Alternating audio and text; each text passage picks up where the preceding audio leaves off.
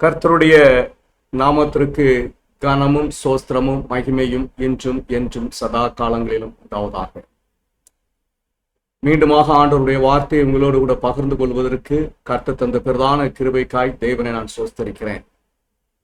இந்த நேரத்திலும் ஆண்டவருடைய செய்தியை அறிவதற்கு முன்பாக நாம் தலைகளை தாழ்த்தி ஜெபம் செய்வோம்.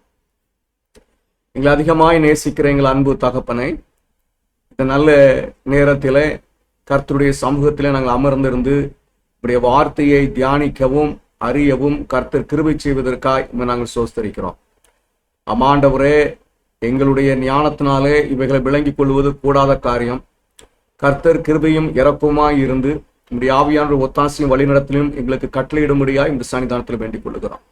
பாவங்களையும் குற்றங்களையும் குறைபாடுகளையும் எங்களுக்கு மன்னித்து கர்த்தாவே உம்முடைய சத்தத்தை நாங்கள் கேட்கும்படியாய் கர்த்தர் கிருபை செய்யுங்க. இந்த செய்திக்குள்ளாக கடந்து வருகிற ஒவ்வொரு பிள்ளைகளையும் கர்த்தாவே நீர் ஆசீர்வதித்து காத்து உம்முடைய ராஜ்யத்துக்குள் அரவணைத்துக் கொள்ளும்படியாக இயேசுவின் நாமத்தினால் ஜெபிக்கிறேன் அன்பும் இந்த பரமபிதாவே, ஆமென்.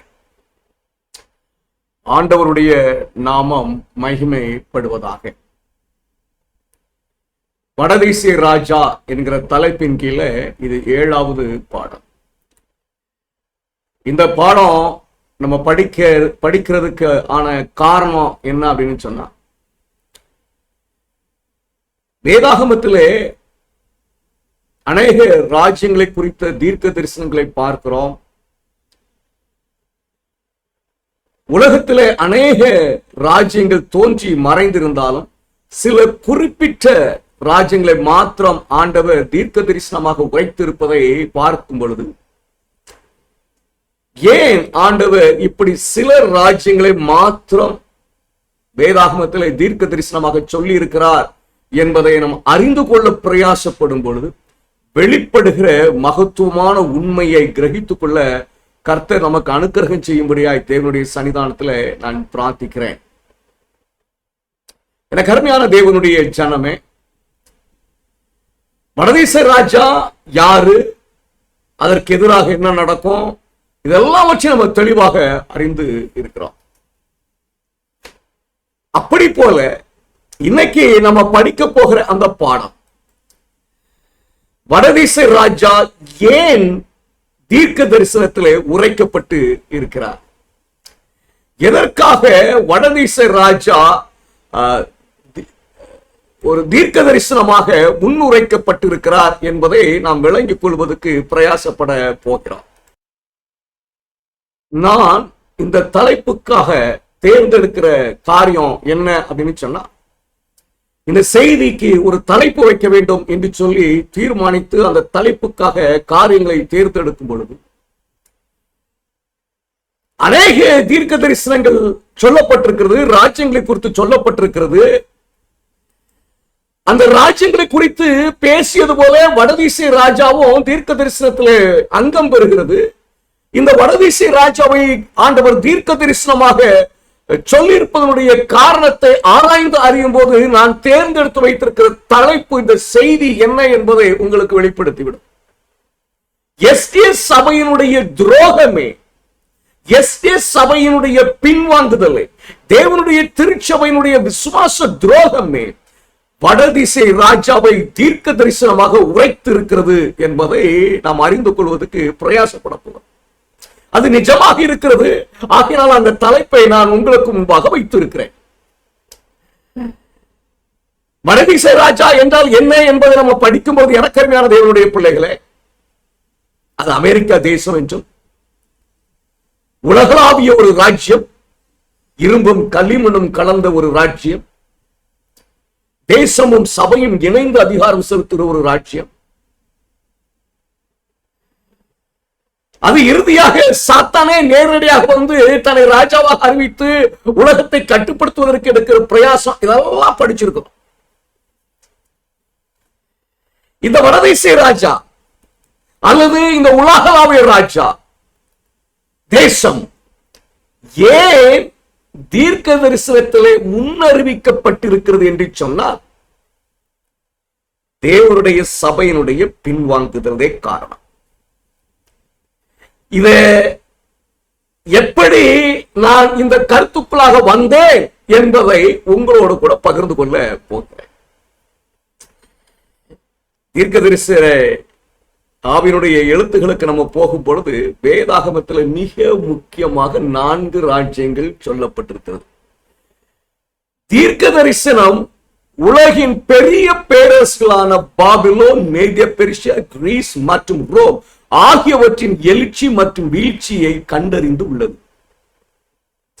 இந்த 4 ராஜ்யங்களை வெளிப்படையாக வேதாகமம் பேசுகிறதை பார்க்க முடியும். இது மிக பெரிய பேரரசுகள் என்று சொல்லி தீர்க்கதரிசி சொல்றத நம்ம பார்க்க முடிகிறது. இந்த ராஜ்யங்கள் தோற்றுவதற்கான காரணம் மிக தெளிவாக சொல்லப்பட்டிருக்கிறது. அல்லது இந்த ராஜ்யங்கள் தீர்க்க தரிசனத்தில் இடம்பெறுவதற்கான காரணம் மிக தெளிவாக சொல்லப்பட்டிருக்கிறது. இஸ்ரவேலில் இருந்து எடுக்கப்பட்ட கிரீடம் பாபிலோன், மேதிய பெர்சியா, கிரேக், ரோம் ராஜ்யங்களுக்கு அடுத்தடுத்து சென்றது.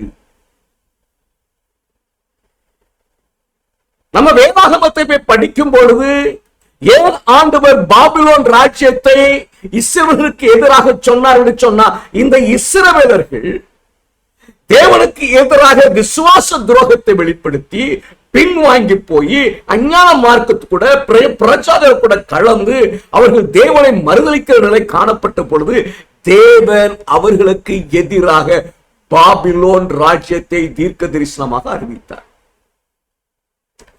தீர்க்கதரிசி ரொம்ப வெளிப்படையாக சொல்றாங்க. என்ன அவங்க சொல்லும் பொழுது இஸ்ரவேலில் இருந்த கிரீடம் நீங்கிச்சு, அது எடுக்கப்பட்டுச்சு, அதற்கு தகுதியற்றவர்களாய் காணப்பட்டு விட்டார்கள். அவர்களை மீண்டும் தகுதிப்படுத்துவதற்கு தேவன் பாபிலோனை தீர்க்க தரிசனமாக அறிவித்தார். அதை தொடர்ந்து அங்கே நீங்க என்ன பார்க்கலாம் அப்படின்னு சொன்னா, மேதிய பெர்சிய ராஜாவை பார்க்கலாம், கிரேக்க ராஜ்யத்தை பார்க்கலாம், ரோம ராஜ்யத்தை பார்க்கலாம். இவர்கள் கிபி 34ஆம் ஆண்டு வரைக்கும் இவர்களுக்கான தேசமாக ரட்சிக்கப்படுவதற்கான காலம் தீர்க்க தரிசனமாக உரைக்கப்பட்டிருந்தது. அந்த காலத்துல ரோம ராஜ்யம் அதிகாரத்தில் இருப்பதை நீங்கள் பார்க்கலாம். அப்படியானால் எனக்கு அருமையான தேவனுடைய பிள்ளைகளே, வேதாகமத்திலே ராஜ்யங்கள் தீர்க்க தரிசனமாக உரைக்கப்பட்டதற்கு ஒரு காரணம் என்னன்னா, மாமிச வழியில் வந்த இஸ்ரவேலர்கள் தேவனுக்கு எதிராக போனதுனால இந்த ராஜ்யங்கள் இஸ்ரவேல் தேசத்தை ஆண்டதுனால அதை ஆண்டவர் தீர்க்க பார்வைகளை கண்டறிந்து அதை முன் அறிவித்து வைத்தார். கருமையான தேவனுடைய ஜனமே, இந்த பாபிலோன், மேதிய பெர்சியா, கிரேக்கு, ரோம் இதற்கு அடுத்து ஒரு ராஜ்யமும் சொல்லப்படுது. நமக்கு நல்லா தெரியும் 4 ராஜ்யங்கள், பாபிலோன், மேதிய பெர்சியா, கிரேக்கு, ரோம். இந்த 4 ராஜ்யங்களும் ஏன் வேதாகமத்திலே தீர்க்க தரிசனமாக சொல்லப்பட்டிருக்கிறது என்று சொன்னால், அதற்கு முதன்மையான ஒரு காரணம் என்ன அப்படின்னு கேட்டா, எனக்கு அருமையான தேவனுடைய பிள்ளைகளை, இஸ்ரவேல் தேவனால அழைக்கப்பட்ட ஜனம், தமக்கு சொந்தமாக இருக்கும்படியாக அழைக்கப்பட்ட ஜனம் பின்வாங்கி போனார்கள், தேவனை மறுதலித்தார்கள், விசுவாச துரோகத்தில் ஈடுபட்டார்கள். ஆகையினாலே இந்த ராஜ்யங்கள் வேதாகமத்தின் தீர்க்க தரிசனங்களே இடம்பெற்று இருக்கின்றன. இதை தொடர்ந்து ஒரு ராஜ்யம் இருப்பதை தானியேல் புஸ்தகம் வெளிப்படுத்துகிறது. அது என்ன ராஜ்யம் அப்படின்னா, களிமண்ணும் இரும்பும் கலந்த ராஜ்யம். இதை தீர்க்கதரிசி அழகாக நமக்கு வெளிப்படுத்தி சொல்றாங்க. களிமண்ணும் இரும்பும் கலந்து இருப்பது என்பது தேசத்தினுடைய வேலை, சபையினுடைய வேலை இணைந்து காணப்படுகிற ஒரு நிலை. தேசத்தினுடைய அதிகாரத்தை கொண்டு சபையினுடைய கோட்பாடுகள், வேதத்தின் கோட்பாடுகள் கட்டாயப்படுத்துகிற ஒரு நிலை, ஆளுகை செய்கிற ஒரு நிலை. இதை இரண்டும் இணைந்து செயல்படுகிற ஒரு ராஜ்யத்தை குறித்து இங்கே தீர்க்க தரிசனமாக சொல்லப்பட்டிருக்கிறது என்பதை அறிகிறோம். இதுல ஒரு உண்மையை நம்ம விளங்கிக் கொள்ள வேண்டும். என்ன அப்படின்னு சொன்னா, இந்த தேசமும் சபையும் இணைந்து செயல்படுகிற ராஜ்யம் எதுவரைக்கும் இருக்கும் அப்படின்னா, இயேசுவினுடைய 2ஆம் வருகைக்கு இருக்கும். இதை நம்ம தெளிவா படிச்சிருக்கிறோம். அது எப்படி இருக்கிறது என்பதை நம்ம அறிந்திருக்கிறோம். இந்த தீர்க்க தரிசனங்களை படிக்கும் பொழுது, அல்லது இந்த பாபிலோன், மேதிய பெர்சியா, கிரேக்கு, ரோம், இப்படி அந்த தீர்க்க தரிசனத்தினுடைய வரிசைகளை நீங்களும் நானும் படிக்கும் பொழுது எனக்கு அருமையான தேவனுடைய பிள்ளைகளை ஒரு முக்கியமான காரியத்தை மனதில் வைத்துக்கணும். ஒண்ணு இஸ்ரவேலுடைய விசுவாச துரோகம் இந்த ராஜ்யங்கள் தோன்றுவதற்கான காரணமாயிற்று. இன்னும் தொடர்ந்து ராஜ்யங்களை நம்ம ஆராய்ந்து அறிகிறதுக்கு பிரயாசப்படும் பொழுது ஒரு மிக முக்கியமான காரியத்தை மனதில் வைத்துக் கொள்ள வேண்டும். தீர்க்கதரிசி சொல்றாங்க பாருங்க, கடந்த காலத்தில் நித்தியத்தில் இருந்து எதிர்காலத்தின் நித்தியம் வரை தீர்க்க தரிசன சங்கிலியில் இணைப்புக்கு பின் இணைப்பு என இணைத்து நான் தம்முடைய வார்த்தையில் குறித்த வரலாறு யுகங்களின் ஊர்வலத்தில் இன்று நாம் எங்கே இருக்கிறோம், வரவிருக்கும் காலத்தில் என்ன எதிர்பார்க்கப்படலாம் என்பதை நமக்கு சொல்லுகிறது. இங்க ஒரு லிங்க் இருக்கு, ஒரு தொடர்பு இருக்கிறது. அந்த இணைப்பை நம்ம உடைச்சிடக்கூடாது. அந்த இணைப்பை நம்ம உடைச்சிடக்கூடாது. அதை உடைச்சிட்டு ஏதாவது ஒரு காரியத்தை நம்ம வடதிசை ராஜாவுக்கு ஒப்பிட்டுறக்கூடாது. இங்க பாபிலோன், மேதிய பெர்சியா, கிரேக்கு, ரோம், அதுக்கு அடுத்து இரும்பும் களிமண்ணும் கலந்தது. இரும்பு ரோமை அடையாளப்படுத்துகிறது, தேசத்தை அடையாளப்படுத்துகிறது. களிமண் சபையை அடையாளப்படுத்துகிறது. இந்த இரண்டும் இணைந்து செயல்படுகிறது. நம்ம தொடர்ந்து அந்த லிங்கை பார்க்கும் பொழுது, தொடர்ந்து ராஜ்யத்தை பார்க்கும் பொழுது என்ன தொடர்பை பார்க்கணும் அப்படின்னு சொன்னா, ரோமோடு கூட உள்ள தொடர்பை பார்க்க வேண்டும். இரும்பு இல்லாத, இரும்போடு தொடர்பு இல்லாத ஒரு ராஜ்யத்தை பார்க்க கூடாது. நீங்க பாட்டுக்கு உட்கார்ந்து ஒரு தத்துவம் அப்படின்னு சொல்லி பிரசங்கம் பண்ணக்கூடாது. பண்ணுகிறவர் நம்ம குற்றப்படுத்துறதுக்கு அவர்கள் புரிந்து கொண்டதை சொல்லுகிறார். இல்லாத துருக்கி அப்படின்னா நம்ம சொல்லக்கூடாது. ஏன்னா இரும்பும் களிமண்ணும் கலந்ததுதான் ரோமுக்கு அடுத்த ராஜ்யம். தொடர்ந்து அது எது வரைக்கும் இருக்க போகிறதுனா இயேசுவின் வருகை வரைக்கும் இருக்க போறது. அதன் அடிப்படையில தான் நான் வடதிசை ராஜாவை அறிந்து கொள்ள வேண்டுமே தவிர, நான் பாட்டுக்கு என் இஷ்டத்துக்கு ஒரு லிங்க்ல போய் இது ஒரு தத்துவம், இது ஒரு பிலாசபி அப்படிலாம் நம்ம என்ன செய்யக்கூடாது, பிரசங்கிக்க கூடாது. இது ரோம பிலாசபி, இது பிரான்ஸ் பிலாசபி, இது டர்க்கி, இது எகிப்து, இது ரஷ்யா, இப்படிலாம் நம்ம என்ன செய்யக்கூடாது, பிரசங்கிக்க கூடாது. ஏன் அப்படின்னா இந்த ராஜ்யங்கள் ஒன்றுக்கொண்டு இணைப்பு இருக்கிறது. தீர்க்க தரிசனம் தெளிவாய் சொல்லுகிறது, ரோமுக்கு அடுத்தது ரோமோடு தொடர்புடைய சபை ஆளுகிற ஒரு ராஜ்யம். இப்படிப்பட்ட ஒரு ராஜ்யத்தை தான் கடைசி வரைக்கும் இருக்க போகிறது. அப்படிப்பட்ட ஒரு ராஜ்யமாகத்தான் வடதிசை ராஜாவை நான் பார்க்க வேண்டுமே தவிர வேறு எதையும் பார்த்தேன் அப்படின்னு சொன்னா நான் சத்தியத்தை அறியாமல் போய்விடுவேன், உண்மையை அறியாமல் போய்விடுவேன், எச்சரிப்பை உணராமல் போய்விடுவேன். எனக்கு அருமையான தேவனுடைய பிள்ளைகளே, இப்ப நம்ம இந்த களிமண்ணும் இரும்பும் கலந்த தேசம், தேசத்தினுடைய அதிகாரத்தோடு கூட இணைந்து சபையினுடைய அதிகாரம் நிலைநாட்டப்படுகிற ஒரு ராஜ்யம்.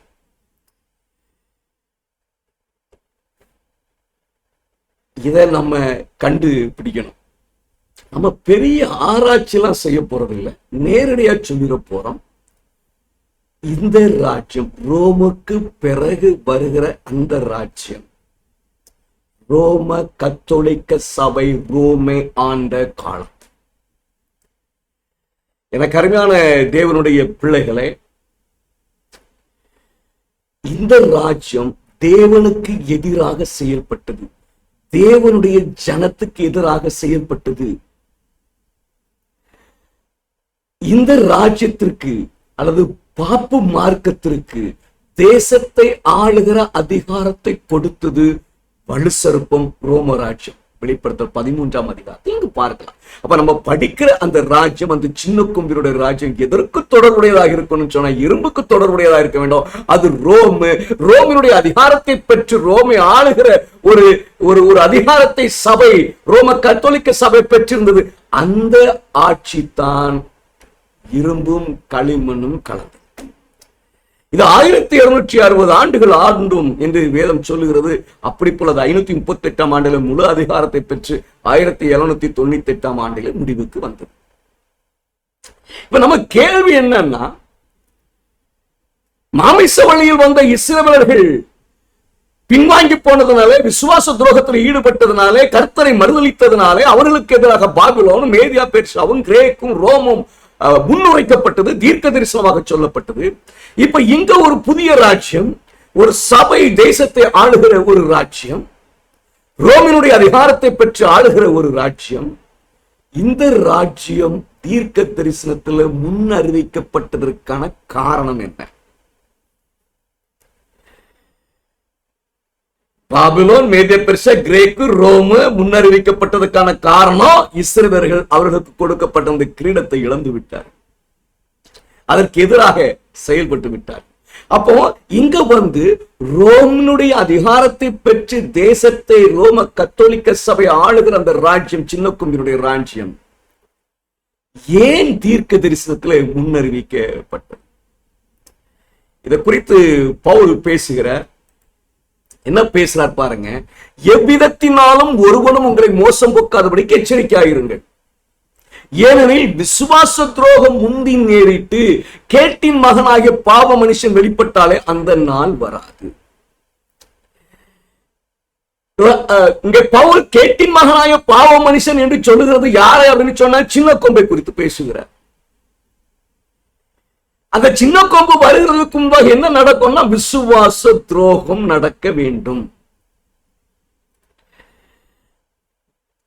ஒரு அடிப்படையை தெளிவா பார்க்கணும். என்ன அடிப்படையை தெளிவா பார்க்கிறோம் அப்படின்னு சொன்னா, ஆண்டவர் வேதாகமத்திலே ராஜ்யங்களை குறித்த தீர்க்க தரிசனத்தை சொல்லுகிறதுக்கு ஒரு காரணம் விசுவாச துரோகம். நீங்க கிறிஸ்துவ சரித்திரத்தை படிக்கும் பொழுது அங்க அழகாக பார்க்கலாம்.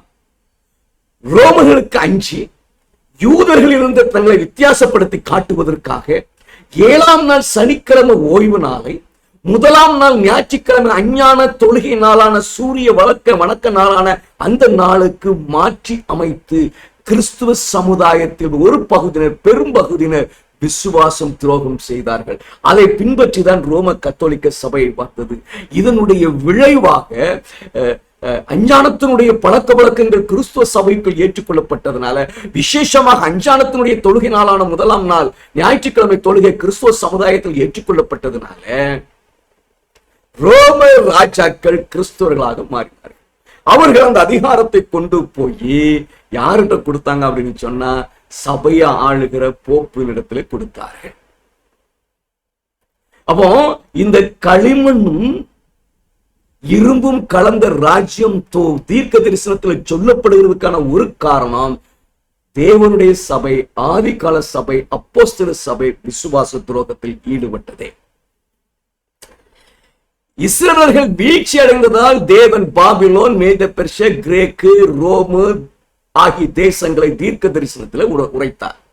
அதிலிருந்து பவுல் புரிந்து கொண்டது என்னவென்றால், கிறிஸ்துவர்களின் வீழ்ச்சி கிறிஸ்துவுக்கு எதிரான ராஜ்யமான சிறிய கொம்புவுக்கு வழியை ஆயத்தம் செய்கிறது என்பதுதான். அவர் தன்னுடைய வாழ்க்கையிலேயே, தன்னுடைய ஊழிய சூழ்நிலையிலேயே சபை விசுவாச துரோகத்தில் ஈடுபடுவதை பார்த்து முன்னறிவித்தார். ஐயா, விசுவாச துரோகம் நேரிடணும், அது நடக்குது. அதுக்கு பிறகு கேட்டின் மகனாகிய பாவ மனுஷன் வரணும், அதுக்கு பிறகு இயேசுவினுடைய 2ஆம் வருகை இருக்கும் என்று சொல்லி அவர் உணர்த்தியதை நம்ம பார்க்க முடிகிறது. தீர்க்கதரிசி அதை குறித்து எழுதும் பொழுது, கிறிஸ்துவின் வருகையை அவருடைய நாளில் எதிர்பார்க்க வேண்டாம் என்று அப்போஸ்தலன் பவுல் திருச்சபையை எச்சரித்தான். அந்த நாள் வராது அவன் கூறுகிறான். விசுவாச துரோகம் முந்தி நேரிட்டு கேட்டின் மகனாய பாவ மனுஷன் வெளிப்பட வேண்டும் என்று அவன் கூறுகிறான். பெரிய விசுவாச துரோகத்திற்கு மற்றும் பாவ மனுஷன் நீண்ட ஆட்சி காலத்திற்கு பிறகுதான் நாம் கர்த்தரின் வருகையை நாம் எதிர்பார்க்க முடியும். இந்த பாவ மனுஷன் அக்கிரமத்தின் ரகசியம், கேட்டின் மகன் மற்றும் அந்த அக்கிரமக்காரன் என்றும் அழைக்கப்படுகிறது. இது போப்பாண்டவர் ஆட்சியை குறிக்கிறது. இது தீர்க்க தரிசனத்தில் முன்னறிவிக்கப்பட்டபடி 1260 ஆண்டுகளாக அதன் மேலாக்கியத்தை செயலாற்ற இருந்தது. இந்த காலம் 1798 முடிஞ்சு. இப்ப நமக்கு ஒரு உண்மை என்ன விளங்குது அப்படின்னு சொன்னா, ஒரு ராஜ்யத்தை குறித்து தேவன் தீர்க்க தரிசனத்துல சொல்லுகிறதுக்கு காரணம் என்ன அப்படின்னா, தேவனுடைய ஜனத்தின் மத்தியில காணப்பட்ட விசுவாச துரோகமே. இன்னும் தொடர்ந்து நம்ம தீர்க்க தரிசனத்துக்கு போனோம். இது முடிச்சிட்டு 1998 முடிச்சிட்டு நாம என்ன பார்க்கிறோம் அப்படின்னு சொன்னா, களிமண்ணும் இரும்பும் கலந்த அந்த ராஜ்யம் இயேசுவின் வருகை வரைக்கும் இருக்கும். நம்ம தொடர்ந்து அந்த தீர்க்க தரிசனங்களை படிக்கும் பொழுது புரிகிற ஒரு உண்மை, இந்த 1798 ஆண்டில முடிவுக்கு வந்த பாப்பு ராஜ்யம், சபை தேசத்தை கட்டுப்படுத்துகிற அந்த ராஜ்யம் மீண்டும் வரும் என்று சொல்லி தானியேலும் யோவானும் முன்னறிவிக்கிறார்கள். சின்ன கொம்பினுடைய காட்சியை பார்த்த பிறகு தானியேலுக்கு பரலோகத்தில் நியாய சங்கம் உட்கார்ந்த காட்சி சொல்லப்படும். அது 1844 முடிஞ்சிருச்சு, தொடங்கிடுச்சு.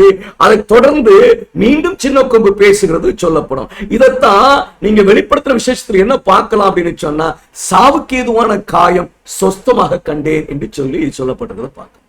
இது எப்போ மீண்டும் பேசியது, மீண்டும் தேசத்தை ஆளுகிற அதிகாரத்தை சபை பெற்றது அப்படின்னு சொல்லி நீங்க சரித்திரத்துல போய் போப்பினுடைய சரித்திரத்தை பார்க்கும்போது 1929 ஆண்டுல வாட்டிகன் என்கிற ஒரு சிறிய பகுதியை ஆளுகை செய்கிற அதிகாரத்தை போப்பு பெற்றுக்கொண்டார். அது மிக சிறிய பகுதியாக இருந்தாலும் கூட உலகத்தினுடைய ஒவ்வொரு தேசத்தில் இருக்கிறது போல அங்கு அமைச்சரவை உண்டு, தூதரகம் உண்டு, எல்லாம். இந்த போப்பு ராஜ்யம் முடிவுக்கு வருகிறதுக்கு காரணம் என்ன? 1260 ஆண்டு ஆட்சி காலம் முடிவுக்கு வருவதற்கு காரணம் என்ன? சீர்திருத்தவாதிகள், புராட்டஸ்டன்ட்ஸ். அவர்கள் எடுத்த அந்த முயற்சி எதை முடிவுக்கு கொண்டு வந்தது என்று சொன்னால், போப்பு ராஜ்யத்தை முடிவுக்கு கொண்டு வந்தது. இப்ப நம்ம கேள்வி, மறுபடியும் அது உயிர் கொள்ளும் அப்படின்னு சொல்லப்பட்டிருக்குது, மறுபடியும் பேசும் அப்படின்னு சொல்லப்பட்டிருக்குது. அப்படி ஒரு தீர்க்க தரிசனம் சொல்லப்படுவதற்கு காரணம் என்ன? எனக்கு அருமையான தேவனுடைய பிள்ளைகளை, வேதம் சொல்லுகிறது காரணத்தை தெளிவாக. இந்த பாப்பு மார்க்கம் அவளை குறித்து பேசும் பொழுது மேலும் இரகசியம், மகாபாபிலோன் தேசிகளுக்கும் பூமியில் உள்ள அருவருப்புக்கும் தாய் எனும் நாமம் அவள் நெற்றியில் எழுதியிருந்தது. இந்த பாப்பு மார்க்கத்தை எதிர்த்த சீர்திருத்தவாதிகளால் தோற்று வைக்கப்பட்ட புராட்டஸ்டன்ட் சபைகள் விசுவாச துரோகத்தில் ஈடுபட்டு வெளிப்படுத்தப்பட்ட மகத்துவமான உண்மைகளை மறுதளித்து போப்புவினால் ஏற்படுத்தப்பட்ட தொழுகையையும் கலாச்சாரத்தையும் உறுதியாக பற்றி கொண்டு நடக்க தீர்மானித்த பொழுது அவர்கள் பாப்பு மார்க்கத்திற்கு பிள்ளைகளாக மாறி போனார். அதனாலதான் வேதம் பாப்பு மார்க்கத்தை தாய் என்கிறது. பாபிலோன் தேசிகளுக்கு தாய் என்று கூறப்படுகிறது. அவளுடைய குமாரத்திகள் அவளுடைய கோட்பாடுகள் மற்றும் மரபுகளை பற்றி கொண்டு உலகத்துடன் சட்டவிரோத கூட்டணியை உருவாக்குவதற்காக சத்தியத்தையும் தேவனின் அங்கீகாரத்தையும் தியாகம் செய்த அவளுடைய முன் மாதிரியை பின்பற்ற சபைகளை கண்டிப்பாக அடையாளப்படுத்த வேண்டும். போப்பை பின்பற்றுகிற சபையை இது அடையாளப்படுத்துகிறது. பாபிலோனின் விழுகையை அறிவிக்கும் வெளிப்படுத்தல் 14 செய்தி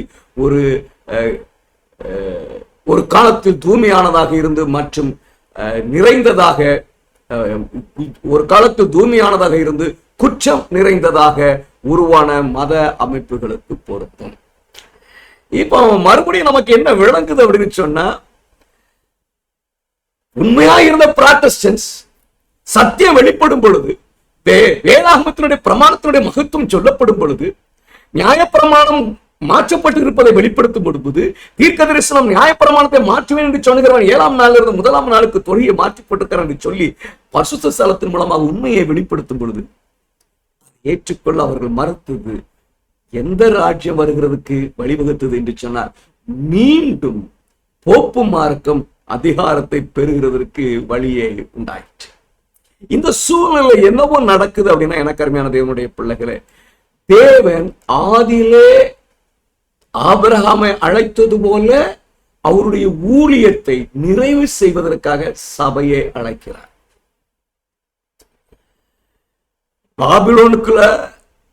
பாபிலோனை பின்பற்றுவதற்கு புராட்டஸ்டன்ட் மார்க்கம் தீர்மானிக்கிறது. அதே நேரம் தேவனுக்காக நிற்கிறதுக்கு ஒரு சனம் எழும்புகிறது. அதை குறித்து நீங்கள் வெளிப்படுத்த 10ஆம் அதிகாரத்தில் பார்க்கலாம். அது செவன்த் டே அட்வென்டிஸ்ட். அவருடைய அடித்தளம் நியாயப்பிரமாணம், ஓய்வு நாள். இந்த செவன்த் டே அட்வென்டிஸ்ட் சபை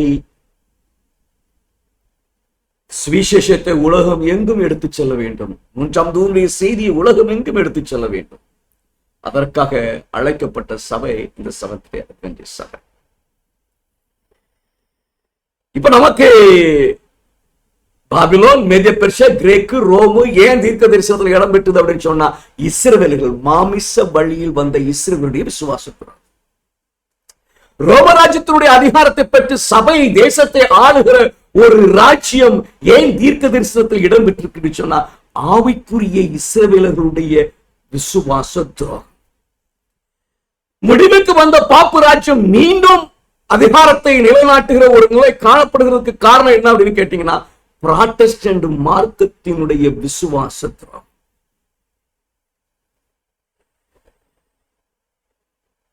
இப்ப நம்ம மனதுல ஒரு கேள்வி எழும்பணும். செவன்த் டே அட்வென்டிஸ்ட் சபை ஆண்டவருடைய ஊழியத்தை நிறைவேற்றுவதற்காக அழைக்கப்பட்டு இருக்கிறது. தரிசனத்தை படிக்கும் பொழுது இந்த சபையினுடைய அடித்தளமான 7ஆம் நாள் ஓய்வு நாள் தொழுகையை, சனிக்கிழமை ஓய்வு நாள் தொழுகையை, அதற்கு எதிராக உலகத்தை கட்டாயப்படுத்தி 1ஆம் நாள் தொழுகைக்கு கொண்டு வருவதற்கான அந்த பிரயாசம் உலகம் முழுவதும் காணப்பட போகிறது. உலகமே என்ன செய்ய போகிறது அப்படின்னு சொன்னா, தேவனுடைய சபைக்கு எதிராக நிற்க போகிறது. அதாவது செவன்த் டே அட்வென்டிஸ்ட் சபைக்கு எதிராக நிற்க போகிறது. நான் வாசிக்கிறேன். இவர்கள் ஒரே யோசனை உள்ளவர்கள். இவர்கள் தங்கள் வல்லமையும் அதிகாரத்தையும் மிருகத்திற்கு கொடுப்பார்கள். இவர்கள் ஆட்டுக்குட்டியானவருடனே யுத்தம் பண்ணுவார்கள். ஆட்டுக்குட்டியானவர் கர்த்தாதி கர்த்தரும் ராஜாதி ராஜாவுமாய் இருக்கிறபடிகளா அவர்களை ஜெயிப்பார். அவரோடு கூட இருக்கிறவர்கள் அழைக்கப்பட்டவர்களும் தெரிந்து கொள்ளப்பட்டவர்களும் உண்மை உள்ளவர்களுமாய் இருக்கிறார்கள் என்றார். இவர்கள் ஒரே யோசனை உள்ளவர்கள். உலகளாவிய ஒற்றுமை, ஒரு பெரிய நல்லிணக்கம், சாத்தானுடைய படைகளின் கூட்டமைப்பு இருக்கும். தங்கள் வல்லமையும் அதிகாரத்தை மிருகத்துக்கு கொடுப்பார்கள். இவ்வாறு மத சுதந்திரம், மனசாட்சியின் கட்டளையின்படி தேவனை வழிபடுவதற்கான சுதந்திரம் ஆகியவற்றுக்கு எதிராக கடந்த காலங்களில் ரோமானிய மதத்தின் மத சடங்குகள் மற்றும் ஆராதனைகளுக்கு இணங்க மறுப்பவர்களை அது துன்புறுத்திய போது போப்பாண்டவரால் வெளிப்படுத்தப்பட்டது போல அதே தன்னிச்சையான அடக்குமுறை அதிகாரம் வெளிப்படுகிறது. கடைசி நாட்களில் நடத்தப்படும் போரில் தேவனுடைய ஜனத்திற்கு எதிராவதில் யெகோவாவின் சட்டத்திற்கு விசுவாசமாக இருந்ததில் இருந்து விலகி விசுவாச துரோகம் செய்த அனைத்து ஒழுக்கங்கெட்ட சக்திகளும் ஒன்றுபடுவார்கள். இந்த போரில் 4வது கட்டளையின் ஓவினாலின் முக்கிய பிரச்சனையாக இருக்கும். ஏனெனில் ஓவினால் கட்டளையில் பெரிய சட்டத்தை வழங்கியவர் தம்மை வானத்தையும் பூமியையும் சிருஷ்டித்தவராக அடையாளம் காட்டுகிறார். என்னன்னா, செவன்த் டே அட்வென்டிஸ்ட் சபைக்கு எதிராக உலகமே திரள போகிறது.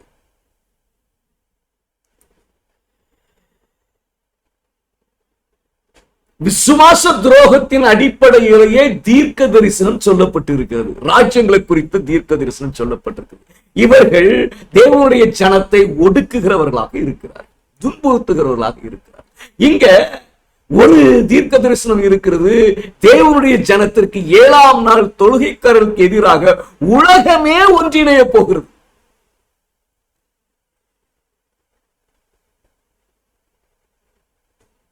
இந்த ஒன்றிணைப்பு வேலையை யார் செய்யறாரு தெரியுமா?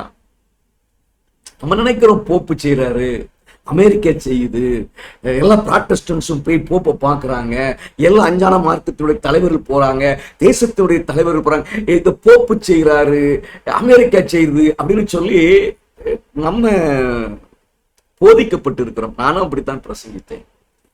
வேதத்தை படிக்கும் பொழுது வெளிப்படுகிற உண்மை ஆச்சரியமாக இருக்கிறது. வாசிக்கிறேன் பாருங்க.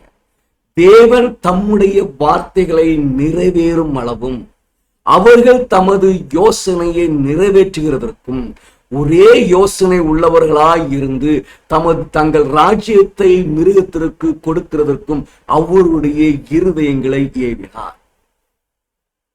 ஆண்டவருக்கு தம்முடைய வார்த்தைகள் நிறைவேற வேண்டும். அவங்களுக்கு ஒரு யோசனை இருக்குது 10 கொம்புக்கு, உலகளாவிய ராஜ்யத்திற்கு. அதை அவங்க நிறைவேற்றுறதுக்கு அவங்க ஒரே யோசனையா இருந்து தேவனுடைய ஜனத்துக்கு எதிராக யுத்தம் செய்வதற்கு, போர் செய்வதற்கு யாரு இதயத்தை ஏவனாங்க அப்படின்னா பரலோகத்தின் தேவன். இந்த உலகம் ஒன்றிணையுமா? இப்படி இருக்குதே அப்படி இருக்குதே, ரொம்ப லகுவாக ஒன்றிணைந்து விடும். ஆண்டவர் ஏவும் போது ஒன்றிணைந்து விடும். அவர் மனதை அப்படி ஒரு குருட்டாட்டம் பண்ணும்போது எல்லாம் சாஷ்டாங்கமா விழுந்து.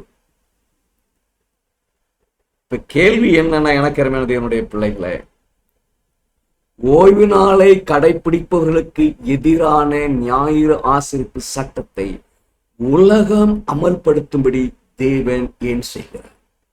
இன்னும் கொஞ்சம் லகுவாக சொல்லணும்னா, ஒரு உலகளாவிய ராஜ்யம், தேசமும் சபையும் இணைந்து செயல்படுகிற ஒரு உலகளாவிய ராஜ்யம், சபையினுடைய கோட்பாடை கட்டாயப்படுத்துகிற தேசத்தினுடைய சட்டத்தின் மூலமாக கட்டாயப்படுத்துகிற உலகளாவிய ராஜ்யம் ஏன் தீர்க்க தரிசனத்திலே சொல்லப்பட்டிருக்கிறது?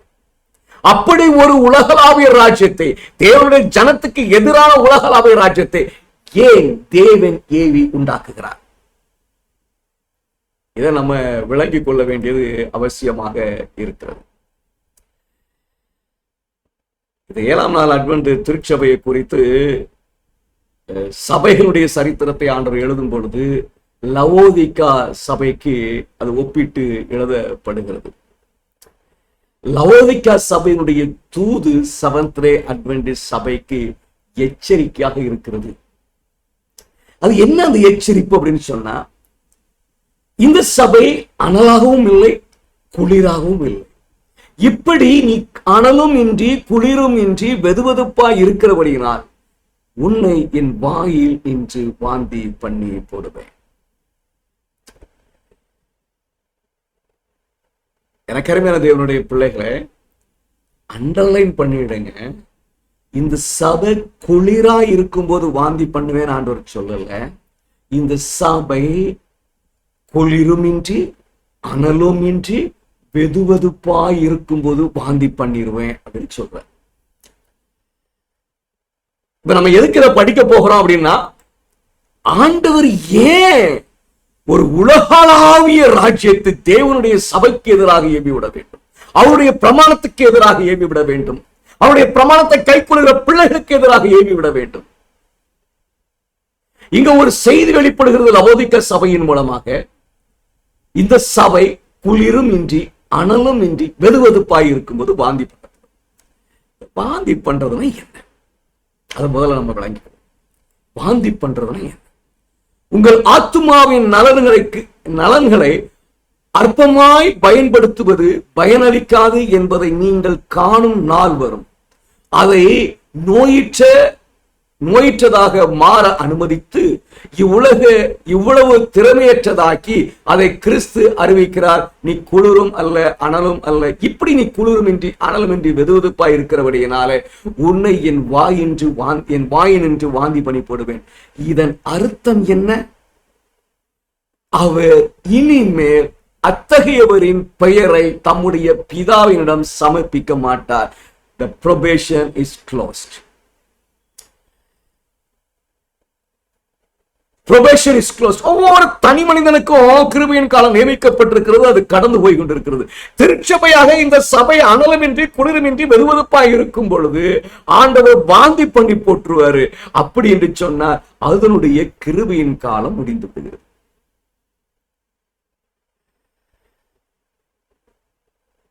ஆண்டவர் எப்போ இந்த செவன்த் டே அட்வென்டிஸ்ட் சபைக்கு கிருபையின் காலத்தை முடிக்கிறார் அப்படின்னு கேட்டீங்கன்னா, அது அனலும் இன்றி குளிரும் இன்றி வெதுவெதுப்பாய் இருக்கும்.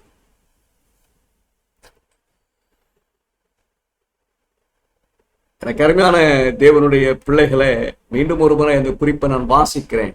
உங்கள் ஆத்துமாவின் நலன்களை அற்பமாக பயன்படுத்துவது பயனளிக்காது என்பதை நீங்கள் காணும் நாள் வரும். அதை நோயுற்றதாக மாற அனுமதித்து இவ்வளவு திறமையற்றதாக்கி அதை கிறிஸ்து அறிவிக்கிறார். நீ குளிரும் அல்ல அனலும் அல்ல. இப்படி நீ குளிருமின்றி அனலுமின்றி வெதுவெதுப்பாய் இருக்கிறபடியினால் உன்னை என் வாயில் நின்று வாந்தி பண்ணி போடுவேன். இதன் அர்த்தம் என்ன? அவர் இனிமேல் அத்தகையவரின் பெயரை தம்முடைய பிதாவிடம் சமர்ப்பிக்க மாட்டார்.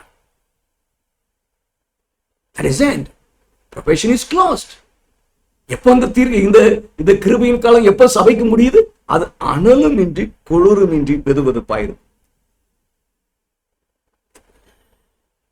எப்போ ஆண்டவர் கிருபையின் காலத்தை முடிப்பார்?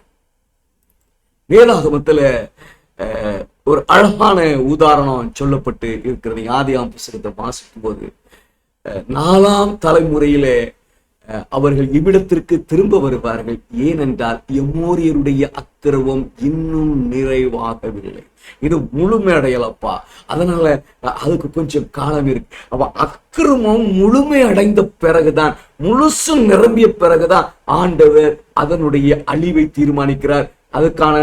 அதற்காக நியமிக்கப்பட்ட காலத்தை நிறைவுக்கு கொண்டு வருகிறார். தீர்க்கதரிசி எழுதுறாங்க பாருங்க. ஆபிரகாமின் நாட்களில் கர்த்தர் எமோரியரின் அக்கிரமம் இன்னும் நிறைவாகவில்லை என்று அறிவிக்கிறார். இதில் தேவனுடைய நீடிய பொறுமை வெளிப்படுத்தப்படுகிறது. எமோரியர்கள் அவருடைய பிரமாணத்திற்கு விரோதமாய் பகையை கொண்டிருந்தனர். அவர்கள் அவரை உண்மையான மற்றும் ஜீவனுள்ள தேவன் என்று நம்பவில்லை. ஆனால் அவர்களில் ஒரு சில நல்ல மனிதர்கள் இருந்தனர். மேலும் இந்த சிலருக்காக அவர் நீண்ட காலம் விட்டுவிப்பார். தேவனுடைய பிரமாணத்தை தொடர்ந்து வேண்டும் என்று புறக்கணித்தால் அவர்கள் இறுதியாக பேரழிவை சந்தித்தனர். முழுமையா தேசத்தில் அருவருப்பானவர்கள் காணப்பட வேண்டும்.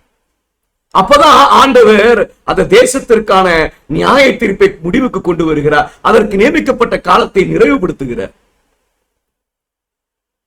ஆனால் லவோதிக்க சபையை குறித்து படிச்சீங்க அப்படின்னு சொன்னா, அந்த சபையில் இருக்க எல்லாரும் குளிராய் மாறின பிறகு ஆண்டவர் நியாயம் தீர்ப்பை செய்யவில்லை. அதற்காக நியமிக்கப்பட்ட காலத்தை முடிவுக்கு கொண்டு வருவதில்லை. அது வெதுவெதுப்பாய் இருக்கும் போதே முடிச்சுக்கிறார்.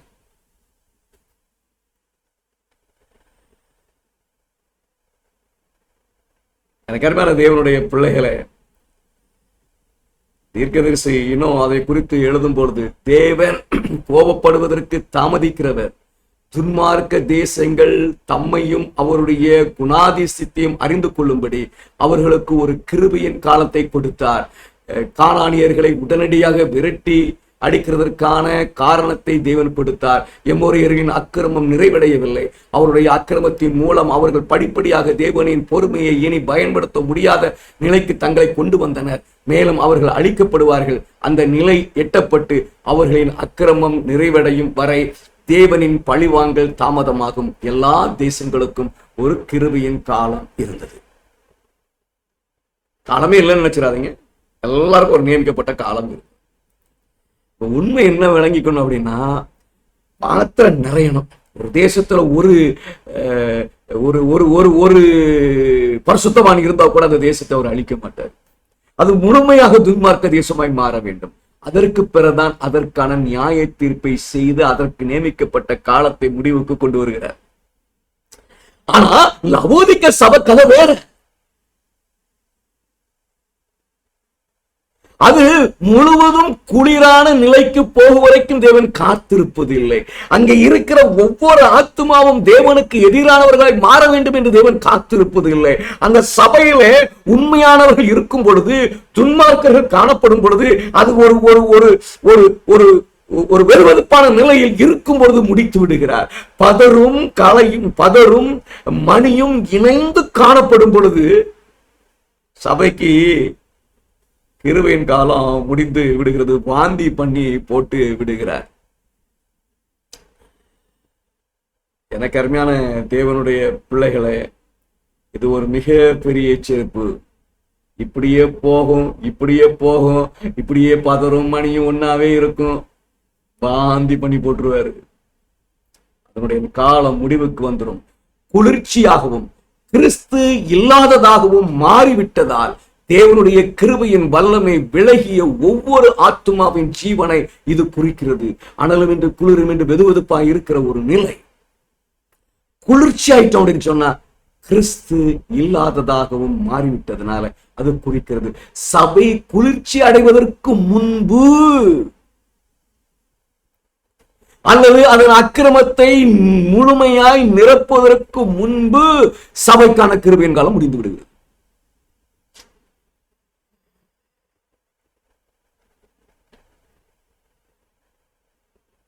சபையில் இருந்து துன்மார்க்கரை நீக்கிற அனுபவம் படிச்சிருக்கீங்களா? அது என்ன அப்படின்னு கேட்டீங்கன்னா, அது வாந்தி பண்ணி போடுகிற அனுபவம். நான் வாசிக்கிறேன் பாருங்க. பெரிய வெளிச்சத்தை பெற்ற பலர் அதை பாராட்டி மேன்மைப்படுத்துவதை அவருடைய பாக்கியம் போல் செய்யவில்லை. அவர்கள் சத்தியத்தை கடைபிடிக்கவில்லை. அவர்கள் நடைமுறையில் சத்தியத்தின் கொள்கைகளை மறுத்து தேவனுடைய நோக்கத்தின் மீது நிந்தையை கொண்டு வருவார்கள். இவர்களை தம்முடைய வாயினின்று வாந்தி பண்ணி போட்டு அவர்களை வேறுபடுத்தி காட்ட அவர்களின் சொந்த செயல்களின் வழியை பின்பற்றி விட்டு விடுவார் என்று கர்த்தர் அறிவிக்கிறார். இந்த செயலின் வழி அவர்களை உண்மையற்ற வீட்டுக்காரர்களாக நிச்சயமாக தெளிவாக தெரிவிக்க செய்யும். என்ன ஆயிருது? ஒரு கூட்டம் இருக்கு இல்லையா, பரிசுத்த கூட்டத்துக்கு கூட ஒரு பதர் இருக்கு இல்லையா, ஒரு கலை இருக்கு இல்லையா, அதை அவர் நீக்கி போட்டுருவாரு. அவர் வாந்தி பண்ணி போட்டுருவாரு. சபை சுத்தப்படுத்தப்படும். ஆண்டவர் சபைக்கு கிருபையின் காலத்தை முடிக்கிறாரு. எப்ப முடிக்கிறாருன்னா, அது அனலும் இன்றி குளிரும் இன்றி வெதுவெதுப்பாய் இருக்கும் பொழுது அது குளிர்ச்சியாய் மாற மறுத்து ஓடுகிற அந்த நிலையில அங்க தேவனுடைய பிள்ளைகள் இருக்கிறாங்க. நிறைய வெளியே போயிட்டு இருக்கிறாங்க தேவனுடைய பிள்ளைகள். தேவனுடைய பிள்ளைகள் தேவனுடைய சபையில தான் இருக்கும். அவங்க வெளியே போக மாட்டாங்க. இந்த சபைக்கு எதிராக சொல்லிட்டு ஒரு கூட்டத்தெல்லாம் உருவாக்க மாட்டாங்க. ஒரு மினிஸ்ட்ரி எல்லாம் உண்டாக்கி தாங்க காணிக்க வாங்கிட்டு தாங்க ஊழியம் செஞ்சுக்கிட்டு அதெல்லாம் அலைய மாட்டாங்க. அவங்க இந்த சபைக்குள்ள இருப்பாங்க.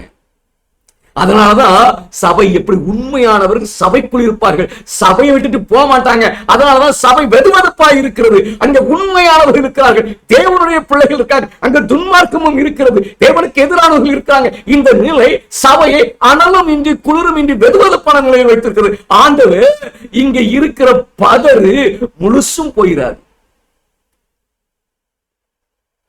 அது முழுசும் போயிடாது. அது மூன்றாம் தூதனுடைய செய்தியை பிரசங்கிக்க மாட்டேன்னு சொல்லணும். இன்னொருத்தர் அதை பிரசங்கிப்பேன்னு சொல்லும். போப்பு மாறிட்டாரு அப்படின்னு சொல்லி சபையினுடைய நிர்வாகம் சொல்லும். இல்லைங்க இது தப்புன்னு ஒரு கூட்டம் சொல்லும். தேவருடைய சபை அனலும் இன்றி குளிரும் இன்றி வெதுவெதுப்பாய் இருக்கும். அப்பொழுது சபைக்கு ஆண்டவர் நியாய தீர்ப்பை முடிக்கிறார், கிருபையின் காலத்தை முடிக்கிறார். அது அப்படி இருக்கும் பொழுது ஆண்டவர் சபையை சுத்தப்படுத்துவதற்காக ஆண்டவர் துன்மார்க்கத்தை என்ன செஞ்சிடறார்? வாந்தி பண்ணி போட்டுறார், நீக்கிறார், சபையை பரிசுத்தப்படுத்துகிறார். இப்ப நம்ம தேவனுடைய சபை வாந்தி பண்ணி போடப்படுவது அப்படின்னா என்ன அப்படின்னு விளங்கி கொள்ள வேண்டியது அவசியம். படித்ததுல இருந்து ஒரு சின்ன சம்மரி. சபைக்கான கிருபையின் காலம் முடிவுக்கு வருகிறது. சபை நியாய தீர்க்கப்படுகிறது. துன்மார்க்கர் சபையிலிருந்து நீக்கப்படுகிறார்கள். சபை சுத்திகரிக்கப்படுகிறது. இதான் வாந்தி பண்ணி போடுகிறது என்றால் என்ன என்பதற்கான அர்த்தம். இந்த இந்த நியாய தீர்ப்பு முடிகிறது, சபை சுத்திகரிக்கப்படுகிறது. சபைக்கான நியாய தீர்ப்பு எப்ப முடியுதுன்னா, முதலாவது சபைக்கு முடியுதுன்னு தீர்க்கதரிசி சொல்றாங்க. நியாயராசிப்பின் சட்டத்தின் மூலமாக துன்மார்க்கர்கள் நீக்கப்பட்டும் சபை சுத்தப்படுத்தப்பட்டும் நம்ம படிச்சிருக்கிறோம். அதைத்தான் இங்க லவோதிகா சபையில நம்ம பார்க்கிறோம். அமெரிக்காவிலிருந்து தொடங்கி உலகம் முழுவதும் மிருகத்தின் முத்திரை உருவாகும் முன்பே சபை நியாய தீர்ப்புக்கப்பட்டு தேவஜனம் முத்திரிடப்படுகிறது. ஞாயிறு சட்டம் மூலம் சபையிலிருந்து துன்மார்க்கர்கள் நீக்குவதன் மூலம் சபை சுத்திகரிக்கப்படுகிறது. எனக்கு என்னுடைய பிள்ளைகளை எதுக்காக படிச்சுக்கிட்டு இருக்கிறோம் மறந்துடக்கூடாது. தேவன் ஏன் சபைக்கு எதிராக தேவனுடைய ஓய்வினாலே ஆசரிக்கிற பிள்ளைகளுக்கு எதிராக உலகத்தை ஒன்று திரட்டுகிறார்? நம்ம விளங்கிக்கிறது பிரயாசப்படுறோம். இங்க என்ன ஒரு உண்மை வெளிப்படுது என்று சொன்னா, சபையை ஆண்டவர் நியாயம் இருக்கும் பொழுது, அதுல சபைக்கினுடைய கிருபையின் காலத்தை முன்னதாக முடிக்கும் பொழுது சபை முழுசும் கத்தோலிக்க சபையாய் மாறி இருக்காது. சபையில் இருக்க ஒவ்வொரு ஆத்மாவும் தேவனுக்கு விரோதமானவர்களாக இருக்க மாட்டாங்க. அங்க தேவனுடைய ஜனம் இருப்பாங்க. அங்க மணியும் இருக்கும், பதரும் இருக்கும். இந்த சூழ்நிலையில வெதுவெதுப்பான சூழ்நிலையில சபைக்கு ஆண்டவர் கிருபையின் காலத்தை முடிக்கிறார், சபைக்கு நியாய தீர்ப்பை முடிக்கிறார் என்கிற உண்மை இங்க வெளிப்படுகிறத நீங்களும் நானும் பார்க்க முடியும்.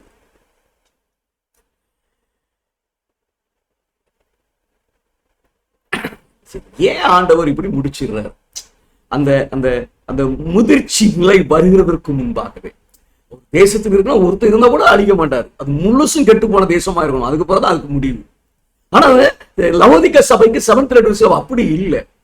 அவர் முன்னதாக அது அனலமின்றி குளிருமின்றி வெதுவெதுப்பாக இருக்கும் பொழுது, அங்கே பரிசுத்தவான்களும் துன்மார்களும் இருக்கும் போதே, பதரும் மணியும் இருக்கும் பொழுது ஆண்டவர் சபைக்கான நியாயத்தீர்ப்பை முடித்து விடுகிறார், கிருபையின் காலத்தை முடித்து விடுகிறார். ஏன்? சபை கொடுக்கப்பட்ட ஒரு பொறுப்பு இருக்கிறது. சபைக்கு கொடுக்கப்பட்ட ஒரு பொறுப்பு இருக்கிறது. ராஜ்யத்தினுடைய சுவிசேஷம், மூன்றாம் தூதனுடைய செய்தி உலகம் முழுவதும் போக வேண்டும். ஆண்டவருடைய இந்த வார்த்தை நிறைவேறும் போதும்தான் ஆண்டவராகிய இயேசு கிறிஸ்து வர முடியும். பிதா தேவனுடைய குமாரனை இரண்டாம் முறையாக பூமிக்கு அனுப்ப சாத்தானுடைய யோசனை என்ன அப்படின்னு சொன்னா, தேவனுடைய ஜனத்துக்கு எதிராக ஒரு யுத்தத்தை செய்து பூமியில தேவனுடைய ஜனம் இல்லாதபடி மாற்றிவிட வேண்டும் என்பது சாத்தானுடைய நோக்கம். அதை நிறைவேற்ற தேவன் ஏவுகிறார்.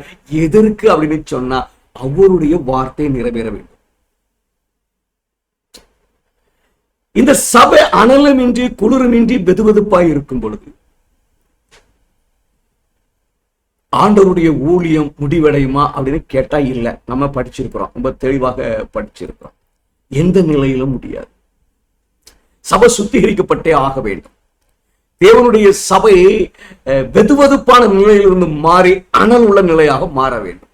அதில் குளிர்ந்த நிலையில் இருக்கிறவர்கள் எல்லாம் வெளியேற்றப்பட வேண்டும்.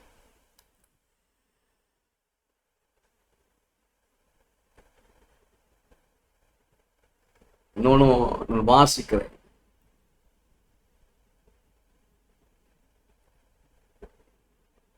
சபைக்குள்ள பதரும் மணியும் இணைந்து காணப்படுகிற அந்த நிலை வெதுவெதுப்பான பெரிய வெளிச்சத்தை பெற்றிருந்தோம். அந்த வெளிச்சத்தில் நடக்கிற 7ஆம் நாள் அட்வென்டிஸ்டுகளுக்கு லவோதிக்கேருக்கு அனுப்பப்பட்ட செய்தி பொருந்தும்.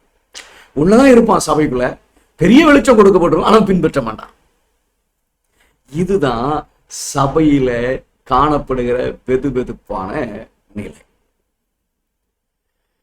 நமக்கு தெரியும், ஆண்டவர் ஞாயிறு ஆசரிப்பின் சட்டத்தின் மூலமாக சபையை சுத்திகரிக்க போகிறார். அந்த சபையை சுத்திகரிக்கு முன்பாக ஆண்டவர் தேவனுடைய ஜனத்தை முத்திரையை போடு விடுகிறார். அதற்கு பிறகு தேவனுடைய ஜனம் என்ன செய்கிறது என்று சொன்னால், ஞாயிறு ஆசரிப்பு சட்டத்தின் மூலமாக சுத்திகரிக்கப்படுகிறது. 1,44,000 உலகம் முழுவதும் அந்த செய்தியை எடுத்து செல்ல போகிறார்கள். நம்ம முந்தி வாசிக்கிறதுனால அதை கடந்து தான். இப்ப இன்னொரு உண்மையை அறிய போறோம். இத படிக்கிறதுடைய நோக்கம் என்ன? ஆண்டவர் ஏன் தேவனுடைய சபைக்கு எதிராக உலகத்தை ஏவ வேண்டும்? ஓய்வு நாள் பிரமாணத்தை கைக்கொள்கிறவருக்கு எதிராக உலகத்தை ஏன் திரட்டிவிட வேண்டும், ஒன்றுபடுத்த வேண்டும்? நம்ம அறிந்திருக்கிற ஒரு உண்மை, ஆண்டவர் தேவனுடைய சபைக்கு கிருபையின் காலத்தை முடிக்கப் போகிறாரு. சபைக்கு நியாய தீர்ப்பை முன்னதாக முடிக்கப் போகிறாரு. அந்த நியாய தீர்ப்பை முன்னதாய் முடிக்கும் பொழுது இந்த சபை என்ன நிலையில இருக்கும் அப்படின்னு சொன்னா, அது குளிரும் இன்றி அனலும் இன்றி வெதுவெதுப்பாய் இருக்கும். அங்கே பதரும் காணப்படும், மணியும் காணப்படும். அங்கே தேவனுடைய ஜனமும் இருப்பார்கள், சாத்தானால விதைக்கப்பட்ட கூட்டமும் இருக்கும். இந்த நிலையில ஆண்டவர் சபைக்கு என்ன முடிச்சிடறாருன்னா, கிருபையின் காலத்தை முடிக்கிறார். அப்படி ஆண்டவர் சபைக்கு நியாய தீர்ப்பை முடித்து அந்த சபையை சுத்திகரிப்பதற்காக உலகத்தை ஒன்று திரட்டுறதுக்கு முன்பாக தேவனுடைய சபையில உண்மையாய் காணப்படுகிற 1,44,000 பேரை முத்திரை போட்டு விடுகிறார்கள். அவர்கள் சத்தியத்தில் நிலைநிறுத்தப்படுகிறார்கள், பரலோகத்தினுடைய பாதுகாவலை பெற்று விடுகிறார்கள். ஏன் ஆண்டவர் இப்படி செய்கிறார்? முன்னதாகவே நியாய தீர்ப்பை முடிச்சிருந்தார். உலகத்தை இந்த சபைக்கு எதிராக தூண்டிவிட்டு நியாயராசி சட்டத்தின் மூலம் சபையை சுத்தப்படுத்தி பின்மாறிய கொடுத்து ஆண்டவர் சபையை ஊழியத்துக்கு அனுப்புறார். சரி, இதுல நமக்கு விளங்கி இருக்கணும். என்ன விளங்கி இருக்கணும் அப்படின்னா, செவன்த் டே அட்வென்டிஸ்ட் சபை அது பெற்றுக்கொண்ட பொறுப்பை நிறைவேற்ற தவறியதால் ஆண்டவருடைய ஊழியத்தை நிறைவேற்றுவதற்கு இந்த சபையை பக்குவப்படுத்துவதற்காக, பரிசுத்தப்படுத்துவதற்காக ஆண்டவர் உலகத்தை தேவனுடைய சபைக்கு எதிராக எழுப்புகிறார். சபையினுடைய செவன்த் டே அட்வென்டிஸ்ட் சபையினுடைய விசுவாச துரோகம் வடதிசை ராஜாவுக்கு வழிவகுக்கிறது. செவன்த் டே அட்வென்டிஸ்ட் சபையினுடைய விசுவாச துரோகம் அமெரிக்க தேசம் உலகத்தை ஒன்றிணைத்து ஞாயிறு ஓய்வை கட்டாயப்படுத்த செய்து தேவனுடைய ஜனத்துக்கு விரோதமாக ஒன்றிணைப்பதற்கு பிரயாசப்படுகிறது. இந்த வேலையை செய்கிற அமெரிக்கா கூட இருந்து ஆண்டவர் உலகத்தை ஏவுகிறதுக்கு உலகத்தை ஒன்றிணைய அவர் ஏவுகிறார். சரி, இப்ப இதுல நம்ம அறிய வேண்டிய உண்மை இருக்கு பாருங்க. சரி, என்ன ஒரு உண்மை அப்படின்னா, இந்த ஞாயிறு ஆசரிப்பு சட்டம் வருகிறதுக்கு முன்பாக தேவனுடைய ஜனம் முத்திரிடப்பட்டு அதுக்கு பிறகுதான் அசைப்புக்கு அவங்க போறாங்க. சபை சுத்திகரிக்கப்படுறதுக்கு ஒரு சூழ்நிலைக்கு போகும். இந்த முத்திரையிடுதல் இருக்கு பாத்தீங்களா, இந்த முத்திரையிடுதலை போய் நீங்க படிச்சீங்க அப்படின்னு சொன்னா அது ஏதோ சாதாரணமா ஒரு சம்பவமாக சொல்லப்பட்டிருக்காது. அது எப்படி சொல்லப்பட்டிருக்குன்னா, மிக அவசரமாக ஒரு துரிதப்படுத்த தேவனுடைய ஜனத்துக்கு முத்திரை போட்டிருப்பா, இல்லைன்னா கஷ்டம்பா, சீக்கிரம் சீக்கிரம் முத்திரை போடு அப்படிங்கிற ஒரு அந்த முத்திரையிடுற வேலையை ஒரு துரிதப்படுத்துகிற ஒரு நிலையை நீங்க பார்க்க முடியும். நீங்க 7ஆம் அதிகாரம் வெளிப்படுத்தல் 7ஆம் அதிகாரத்துக்கு போவீங்க அப்படின்னு சொன்னா அங்க 4 காட்டுகளை பிடித்துக் கொண்டு இருப்பார். அவர்கள் காட்டை விடுவதற்குரிய அதிகாரம் உடையவர்களாக இருப்பார்.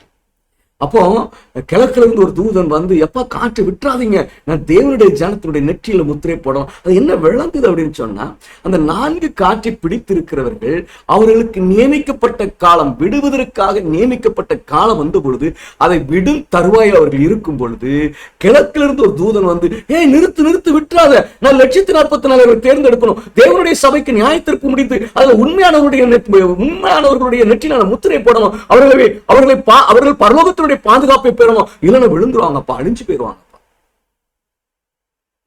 தீர்க்கதரிசி சொல்றாங்க பாருங்க, வாசிக்கிறேன். பூமியில் செய்ய வேண்டிய வேலையை கொண்ட 4 தேவதூதர்களை நான் கண்டேன்.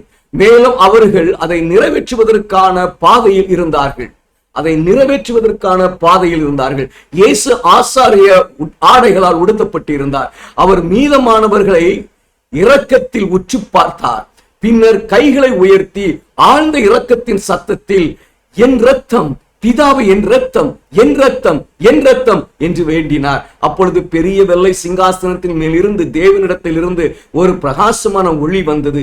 இயேசுவின் எல்லா பக்கத்திலும் வீசியது. இயேசுவிடம் இருந்து ஒரு கட்டளையோடு ஒரு தூதன் பூமியிலே செய்ய வேண்டிய வேலையுடன் 4 தூதரிடம் விரைவாக பறந்து வர கண்டேன். மேலும் கையில ஏதோ ஒன்றை மேலும் கீழும் அசைத்துக் கொண்டு தேவனுடைய ஊழியக்காரருடைய நெற்றியில முத்திரை போட்டு தீர்மானம், நிறுத்து நிறுத்து என்று பலத்த சத்தமிட்டு கூப்பிட்டான். நான் கேட்டவற்றின் அர்த்தத்தையும் 4 தூதர்கள் என்ன செய்ய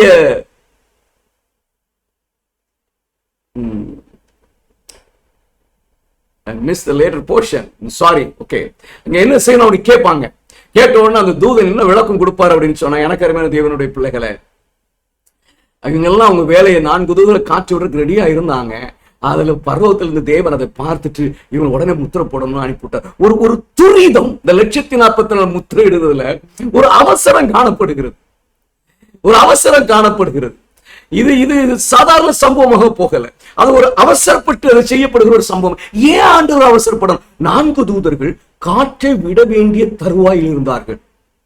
அப்படின்னா அவங்களுக்கு எப்ப நான் காற்றை விடணுங்கிற உத்தரவு கொடுக்கப்பட்டிருந்து காற்றை பிடிச்சுக்கிட்டு இருக்கிறாங்க. அதை காற்றை விட வேண்டிய நேரம் வந்த பொழுது அவங்களுடைய வேலையை செய்யறதுக்கு ரெடியா இருக்கிறாங்க. அப்போ பிதா என்ன செய்யறாரு? ஐயோ, என் பிள்ளைகள் எல்லாம் முத்திரை போடாம இருக்கிறதே, நியாயத்திர முடிச்சுட்டேன், பரிசுத்தவான்கள் மிகப்பெரிய வஞ்சகமான சூழ்நிலைக்கு போகணுமே, அவர்களை காக்க வேண்டும் என்று சொல்லி பிதாவிடத்துல வேண்ட இயேசுவின் இடத்துல ஒரு உத்தரவை பெற்று அவன் வந்து நிறுத்து, நான் முத்திரையை போடலாம். ஏன் இந்த அவசரம்? இந்த சபை ஒண்ணு குளிரா போயிட்டுனா முடிச்சு விடலாம். இது அப்படி போக மாட்டேன், கனலும் இன்றி குளிரும் இன்றி இருக்கிறது. அந்த நிலையில் இருந்த சபையை பிசாசம் மாறி போட்டுருமா. அதனால ஆண்டவர் அவருடைய பிள்ளைகளை பாதுகாக்க வேண்டிய கட்டாயம் இருக்குது. என்ன நடக்குதுன்னா, காலம் நிறைவேற போகுது, ஆனா இந்த சபை சரிபடவே இல்லை. காற்று விட போறாங்க, ஞாயிறு ஓய்வு சட்டம் வரப்போகிறது. ஆனா இந்த சபை சரிபடவே இல்லை. ஆண்டவர் சபைக்கு நியாய தீர்ப்பு முடிச்சுட்டு இந்த சபையை முத்திர போட்டணும், அப்பதான் ஞாயிறு ஆசிப்பு சட்டத்துடைய காலத்துல அது அந்த உண்மையானவர்கள் நிற்பாங்க அப்படின்னு சொல்லி அவர்களை முத்திரை போடுகிற அவசரத்தை பார்க்கிறோம். அப்படின்னா என்ன விளங்குது தெரியுமா? குறிக்கப்பட்ட காலம் முடிவுக்கு வரப்போகிறது. ஆகையால் ஆண்டவர் அவசரப்படுகிறார். அவர்கள் தூதர்கள் காற்றை விடுவதற்கு ஆயத்தமாக இருக்கிறார்கள். 4 தூதர்கள் 4 காற்றை விடப் போகிறார்கள் என்பது அவர்கள் ஒரு குறிப்பிட்ட நேரத்தில் அதை விட்டுவிட கட்டளை பெற்றிருப்பதை வெளிப்படுத்துகிறது. அப்படியானால் காற்று வீசுவதற்கு ஒரு நேரம் நிர்ணயிக்கப்பட்டுள்ளது வெளிப்படுகிறது. இந்த சபை அப்படி விட்டோம்னா முழுசு இல்லாம போயிடும். அதனால ஆண்டவர் என்ன செய்யறார்? சபைக்கு முந்தி நியாய தீர்ப்பு முடிச்சு முந்தி முத்திரையை போட்டு அதுக்கு பிறகு காற்று விடுறதுக்கு, அந்த காற்று விடுகிற காலத்துக்கு முன்பு இதெல்லாம் செய்து முடிச்சுறார். எனக்கு அருமையான தேவனுடைய பிள்ளைகளே, மிகப்பெரிய எச்சரிப்பு. ஞாயிறு ஆசரிப்பு சட்டத்திற்கு முன்பாக தேவன் தம்முடைய சபைக்கு நியாய தீர்ப்பை முடிக்கிறார். இந்த சபையை சுத்திகரிப்பதற்காக ஆண்டவர் உலகம் முழுவதும் ஒரு ஏக்கத்தை ஒன்றிணைக்கிறார் இந்த சபைக்கு எதிராக. இதனால பதற்றெல்லாம் நீங்க போய் முத்திரை பெற்ற தேவனுடைய பிள்ளைகள் நிலைத்து நிற்கிறார்கள். அவர்கள் ஊழியத்தை நிறைவேற்றுவார்கள். கிறிஸ்து வருவார். ஆண்டவர் நாளை குறித்து இருக்கிற வேதம் சொல்லுகிறது. பிசாசன அறிந்து கொஞ்ச காலமா இருக்குன்னு தெரிஞ்சு வச்சிருக்கிறான். ஆனா நம்ம தெரியவே கூடாதுங்க. அந்த காலம் நெருக்கமா வந்துச்சு, குறிக்கப்பட்ட காலம் நெருக்கத்துக்கு வந்துச்சு. தூதர்கள் காற்றை விட ரெடியா இருக்கிறாங்க. ஆண்டவர் அந்த சம்பவம் நடக்கிறதற்கு முன்பாக, தேவனுடைய சபைக்கு நியாய தீர்ப்பை முடிப்பதற்கு முன்பாக, தேவனுடைய சபையை பரிசுத்தப்படுத்துவதற்கு முன்பாக சபையினுடைய நியாய தீர்ப்பை முடித்து 140 முத்திரை போட்டுறார்.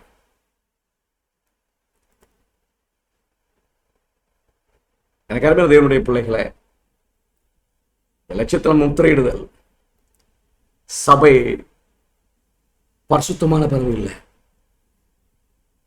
ஞாயிறாசி சட்டம் வந்த பிறகு இல்லை.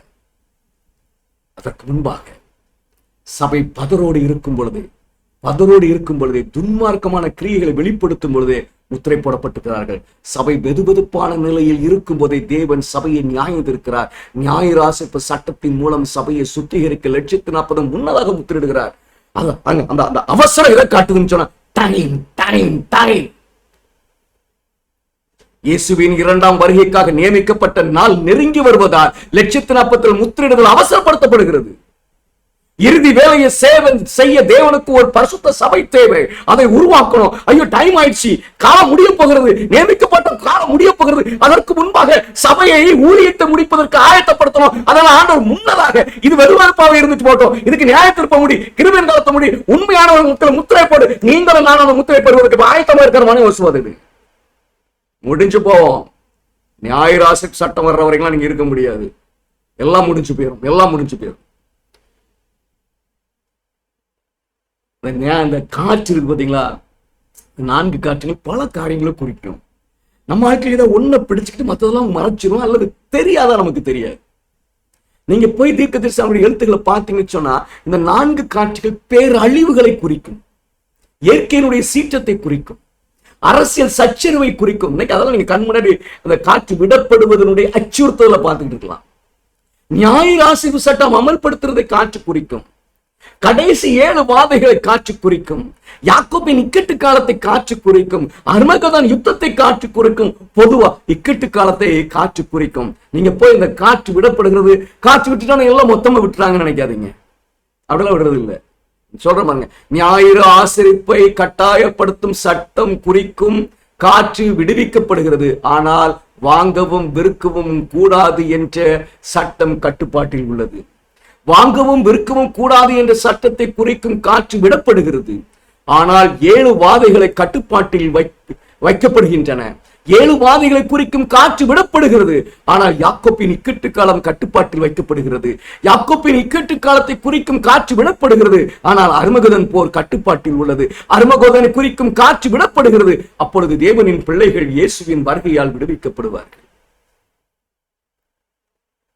எனக்கு அருமையான தேவனுடைய பிள்ளைகளே, ஆண்டவர் அவருடைய ஜனத்துக்கு எதிராக உலகத்தை ஒன்றிணைக்கிறார். எதுக்கு அப்படின்னு சொன்னா, இவன் அனலும் இன்றி குளிரும் இன்றி இருக்கிறான்பா.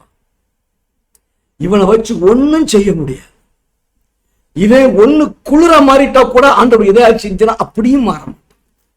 ஏன்னா இங்க தேவனுடைய பிள்ளைகள் தேவனுடைய சபையில் இருந்து கொண்டே இருப்பார்கள். அநேகர் விலகி போறாங்க, இல்ல ஏதாவது இயக்கத்தை உருவாக்கி கொண்டு அவர்கள் ஊழியம் செய்ய போயிட்டாங்க. சபையோட இணக்கமா இருக்கிறேன்னு சொல்லுவாங்க, ஆனா தனியா அவங்க செயல்பட்டு கொண்டு இருப்பாங்க. ஆனா அதெல்லாம் கடந்து ஒரு கூட்டம் சபைக்குள்ள இருக்கும். ஆண்டவரே, நீர் இந்த சபையை சுத்திகரிப்பீர், இந்த சபைக்கு முன்னதாய் நியாயத்தீர்ப்பை முடிப்பீர் என்று சொல்லி அவருடைய சன்னிதானத்திலே எதிர்பார்த்து காத்திருக்கிற ஒரு கூட்டம் இருக்கும். காத்திருந்து விழித்திருக்கிற ஒரு கூட்டம் இருக்கும். ஆகையால் ஆண்டவரால் என்ன செய்ய முடியல? அந்த சபைக்கு கிருபையின் காலத்தை அவர் நியமித்திருக்க அந்த திட்டத்தின்படி முழுவதும் குளிர்ச்சியான ஒரு முடிவுக்கு கொண்டு வர முடியல.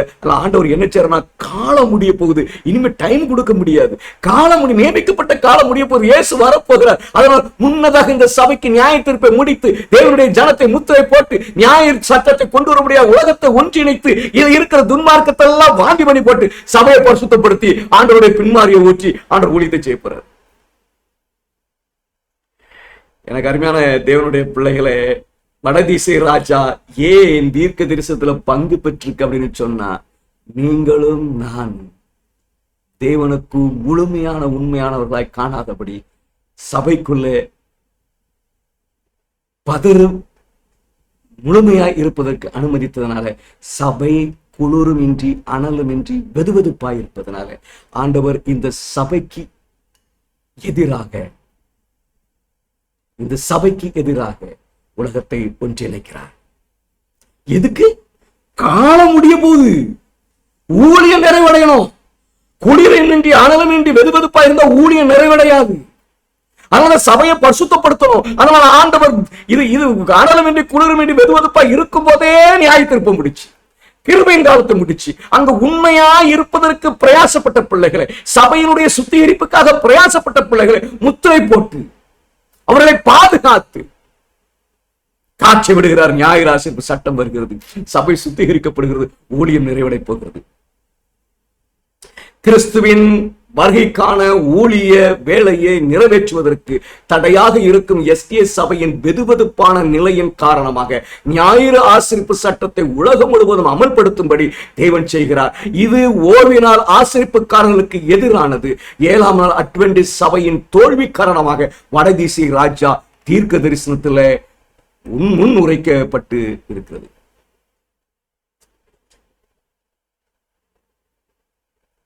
எனக்கு அருமையான பிள்ளைகளை, ஞாயிறு சட்டத்தை எதிர்பார்த்து ஓடிக்கிட்டு இருக்கோம் தெரியுமா? நமக்கு அதுக்கு முந்தி எல்லாம் முடிஞ்சது. இரக்கங்களின் தேவன், அன்பின் தேவன் இந்த சபையை வெதுவெதுப்பான நிலையிலேயே வச்சுக்கொண்டு ஞாயிறு ஆசரிப்பு சட்டம் வருகிற அந்த நிலைக்குள்ள தள்ளிவிட்டா உண்மையான பிள்ளைகளும் வழி விலகி போய் விடுவார்கள். பிசாசனால மேற்கொள்ளப்பட்டு விடுவான். அந்த வஞ்சகமான சூழ்நிலையை அவங்களால கையாள முடியாது என்பதை அறிந்து, அது அனலுமின்றி குளிருமின்றி வெதுவெதுப்பாய் இருக்கும் போதே அதற்கான நியாய தீர்ப்பை முடித்து உண்மையான பிள்ளைகளை தேர்ந்தெடுத்து அவருடைய நெற்றில முத்திரையை போட்டு பரலோகத்தினுடைய பாதுகாப்பை கொடுத்து சத்தியத்துக்குள்ள நிலைநிறுத்தி ஆண்டவர் என்ன செய்யணும், உண்மை உலகத்தை ஒன்றி இணைத்து ஞாயிறு ஓய்வு சட்டத்தை கொண்டு வந்து அதற்கு துன்மார்க்கத்தெல்லாம் வாந்தி பண்ணி போட்டுட்டு நீக்கி போட்டுட்டு உண்மையா இருக்கிற பரிசுத்தவானாகிய 144 நெற்றில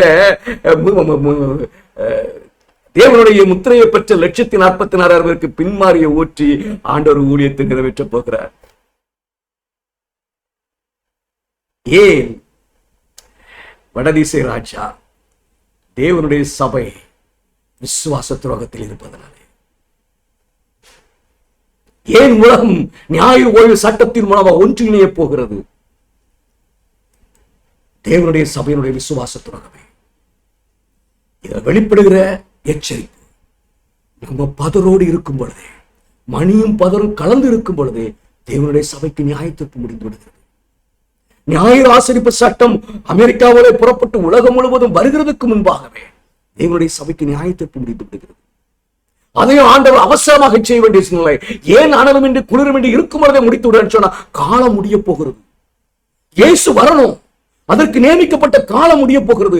காட்சி விட வேண்டிய நேரம் வந்துச்சு. ஆகினால ஆண்டவர் சபைக்கு நியாய தீர்ப்பு முடிச்சு, சபையில் இருக்க உண்மையான பிள்ளைகளுக்கு முத்திரையை போட்டு ஞாயிறு ஓய்வு சட்டத்தை கொண்டு வந்து துன்மார்க்கம் இருக்கிற சபையில இருந்து நீக்கி போட்டுச்சு. உண்மையான பிள்ளைகளுக்கு முத்திரை பெற்ற பிள்ளைகளுக்கு பின்மாறிய ஊற்றி ஊழியத்தை முடித்து வரப்போகிறார். அந்த காலம் இதுதானா? இது முடிவு காலமா? இறுதியான முடிவு காலமா? நம்ம படிச்சிருக்கிறோம் இறுதியான முடிவு காலம் என்று சொன்னால், எனக்கு அருமையான தேவனுடைய பிள்ளைகளே, தானியேல் 12ஆம் அதிகாரத்தை விளங்கி இருக்க வேண்டும். விளங்கக்கூடிய சூழலை உண்டாயிருக்க வேண்டும். அதை எப்படி புரிந்து கொள்ளக்கூடணும் அப்படிங்கிற ஞானம் இருக்க வேண்டும். அது இருந்தால் நம்ம படிச்சிருக்க அந்த சம்பவம், அந்த நியாயத்திற்கு முடிகிற சம்பவம், சபைக்கு நியாயத்திற்கு முடிகிற சம்பவம், சபைக்கு முத்திரிடுகிற சம்பவம், உலகத்தை ஆண்டவர் ஒன்றிணைத்து சபையை சுத்திகரிக்கிற அந்த சம்பவம் நம்முடைய கண்களுக்கு முன்பாக நடந்துவிடும். ஆண்டவருக்கு சித்தமானால் எனக்கு அருமையான தேவனுடைய பிள்ளைகளே, இது தானியேலால் முன்னுரைக்கப்பட்ட கடைசி முடிவு காலமா? வடதிசை ராஜ்யா தோன்ற போகிற காலமா? உலகம் முழுவதும் தேவனுடைய பிரமாணத்துக்கு எதிராக ஒன்றிணைந்து தேசத்தின் மூலமாக சபையினுடைய சட்டத்தை கட்டாயப்படுத்துகிற காலமா? உலகம் ஒன்றிணைய போகிறதா? நம்ம படித்திருக்கிறதெல்லாம் நம்முடைய கண்களுக்கு முன்பாக நடக்க போகிறதா? அது நடக்கும் என்றால் தானியேல் 12ஆம் அதிகாரம் நமக்கு விளங்க வேண்டும். விளங்குகிறது என்று சொன்னால் இதுதான் முடிவு காலம். விளங்க முடியுமா? முடியாது. ஆண்டவருக்கு சித்தமானால் அடுத்த வகுப்பிலே படிப்போம். கர்த்தர் நம்மோடு கூட இருந்து நம்மளை காத்துக் கொள்வாராக. ஆமென். பரலோகத்தில் வாசமாயிருக்கிற எங்கள் அன்பு தகப்பனே, நல்ல வார்த்தைகளுக்காக நன்றி. இந்த கடுமையான எச்சரிப்புக்காக சோஸ்திரம். நாங்கள் உதாசீனப்பட்டு விடாதபடி, ஏனோதான் என்று இருந்து விடாதபடி ஆத்துமாவை உமக்கு பிரியமானதாய் மாற்றி அமைக்க கர்த்தர் எங்களுக்கு உதவும்படியாக என்று சமூகத்தை ஜெபிக்கிறேன். எங்களை ஒவ்வொருவரையும் உடைய கருத்தில் ஒப்புக் கொடுக்கிறோம். ஏற்றுக்கொண்டு வழி நடத்தும். உடைய ராஜ்யம் ஸ்தாபிக்கப்படும் பொழுது பாவிகளாகிய நாங்கள் உடைய ராஜ்யத்தில் காணப்படக்கூடிய சாக்கியத்தை கர்த்தர் எங்களுக்கு தரும்படியா இயேசுவின் நாமத்தினால் ஜெபிக்கிறேன் அன்பு மிகுந்த பரமபிதாவே. ஆமென். நன்றி. கர்த்தர் உங்களை ஆசீர்வதிப்பாராக. ஆமென்.